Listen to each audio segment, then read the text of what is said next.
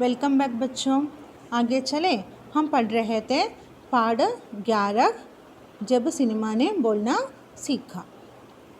सवाक cinema के नए दौर की शुरुआत करने वाले निर्माता निर्देशक आदर्श इतने विनम्र थे कि जब 1956 में आलमारा के प्रदर्शन के 25 वर्ष पूरे होने पर उन्होंने सम्मानित किया गया और उन्हें भारतीय सवाक फिल्मों का पिता कहा गया। तो उन्होंने उस मौके पर कहा था, मुझे इतना बड़ा खिताब देने की ज़रूरत नहीं है, मैंने तो देश के लिए अपने हिस्से का ज़रूरी योगदान दिया है। इसमें क्या कहते हैं, ये बोलने वाली सिनेमा यानी सवाक सिनेमा के उस सवाक सिनेमा की शुरुआत होते समय निर्माता निर्देशक आदि सब रूप में विनम्र रूप से आदर्श ने ये सब बनाई। 1956 में आलमारा का प्रदर्शन 25 साल हुआ। 1956 में आलमारा शुरू होकर 25 साल हुआ। उस समय आलमारा की डायरेक्टर यानी आदर्श को क्या सम्मान दिया गया, हाँ, यानी वो भारत के सवाक फिल्मों के पिता नाम उसको दे दिया। उस वक्त आदर्श ने क्या कहा, मुझे इतना बड़ा सम्मान देने की कोई ज़रूरत नहीं, मैंने तो देश के लिए ही अपने हिस्सा का ज़रूर योगदान दिया। मैं मेरे देश के लिए मैंने जो कुछ किया है वो मेरे देश के लिए मैंने किया है, मैंने कोई महत्व नहीं किया है। मैंने जो कुछ किया है वो सब मेरे देश के लिए ही किया था। 25 years after Alamara film was released, Adarsh, who was the producer and the director of the talking film, was awarded in 1956. He was called a Bharatiya Savak फिल्मों का पिता। He was called भारतीय सवाक फिल्मों का पिता। He said that I don't want to such credit for what I have done. I just did what I could do for my country. जब पहली बार cinema ने बोलना सीख लिया, सिनेमा में काम करने के लिए पढ़े लिखे अभिनेता अभिनेत्रियों की ज़रूरत भी शुरू हुई, क्योंकि अब संवाद भी बोलने थे, सिर्फ अभिनय से काम नहीं चलने वाला था।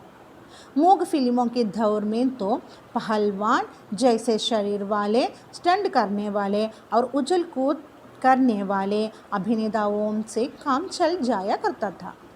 अब उन्हें संवाद बोलना था और गायन की प्रतिभा की कद्र भी होने लगी थी। इसलिए आलमारा के बाद आरंभिक सवाक दौर की फिल्मों में कई गायक अभिनेता बड़े पर्दे पर नज़र आने लगे। हिंदी उर्दू भाषाओं का महत्व बढ़ा। सिनेमा में देह और तकनीक की भाषा की जगह जन प्रचलित बोलचाल की भाषाओं का दाखिला हुआ। सिनेमा ज़्यादा देसी हुआ, एक तरह की नई आज़ादी थी जिससे आगे चलकर हमारे दैनिक और सार्वजनिक जीवन का प्रतिबिंब फिल्मों में बेहतर होकर उभरने लगा। यानी पहली मूक सिनेमा में अभिनय करने के लिए कोई कष्ट नहीं थी। और मैंने कहा कि फिर क्या हुआ, बोलने वाली फिल्म सवाक फिल्म बनाई। उस वक्त पढ़े लिखी अभिनेत्री और अभिनेता का आवश्यक था, क्योंकि उस फिल्म में वो अभिनय करने के साथ साथ डायलॉग भी पूछना चाहिए। और पहले फिल्म में बलवान न्याय की आवश्यकता थी। और ये अब गाने की शुरुआत हुई है ना। कई फिल्मों में गाना है और डायलॉग्स हैं, वो बोलती हुई यानी गीत गाती हुई अभिनय करने पड़ी। इसलिए पढ़े लिखे अभिनेत्री और अभिनेता का आवश्यक हुआ। और फिर हाँ, हिंदी उर्दू भाषाओं का महत्व भी बढ़ा। आलमारा जैसे फिल्म किस भाषा में बनी, हिंदी और उर्दू भाषा में बनी। इसलिए हमारी हिंदुस्तानी की भाषा हिंदी और उर्दू भाषा लोकप्रिय हो गई है। उसका स्थान भी बड़ा हो गया और एक तरह की नई आज़ादी थी जिसमें आगे चलकर हमारे दैनिक और सार्वजनिक जीवन का प्रतिबिंब फिल्मों का बेहतर होकर उभरने लगा और आगे सिनेमा में देह और तकनीक की भाषा की जगह जन प्रचलित बोलचाल की भाषाओं का दाखिला हुआ। हमारे सिनेमा में फिल्मों में बोलकर यानी गीत गाकर अभिनय करने वाले नायक और नायिका का स्थान भी बड़ा हुआ। Since the talking film was introduced, the actors and actresses who came were educated because the film contained dialogues and not only actors.